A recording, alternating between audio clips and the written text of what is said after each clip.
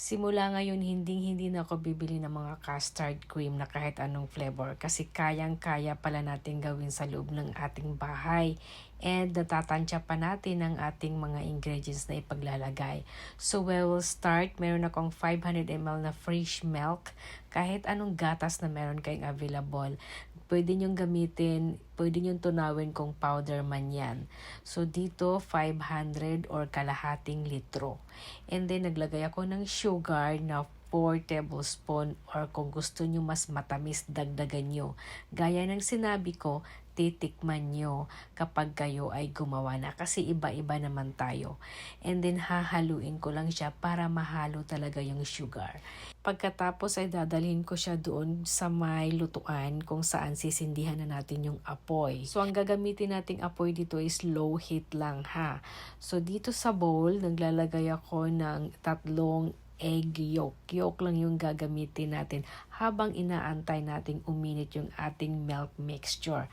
Naglagay din ako ng cornstarch 2 and 1/2 tablespoon. Pero kung gusto nyo mas malapot pa and then thick pa yun talaga yung custard nyo, gawin nyo ng 3.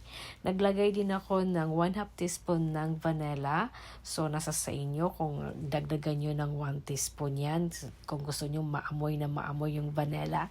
Naglagay din ako ng pinch of salt. Kukunti lang, pang balance lang din sa ating matamis na nilagay na asukal.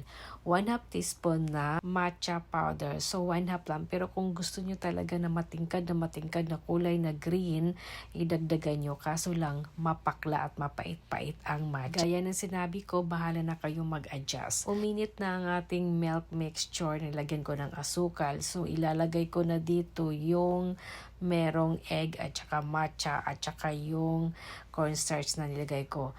Habang nilalagay natin yan ay kailangan talaga siyang haluin kasi mamumuo yung cornstarch. Huwag yung tigilan sa paghahalo hanggang sa ma-achieve na natin ng gusto natin na texture. Katulad nito, okay na ito sa akin.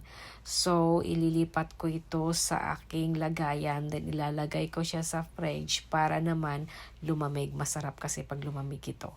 And ito na nag-wiggle-wiggle na siya. So, yan. Ganyan lang siya kadali guys. Napakadali lang talaga. Sana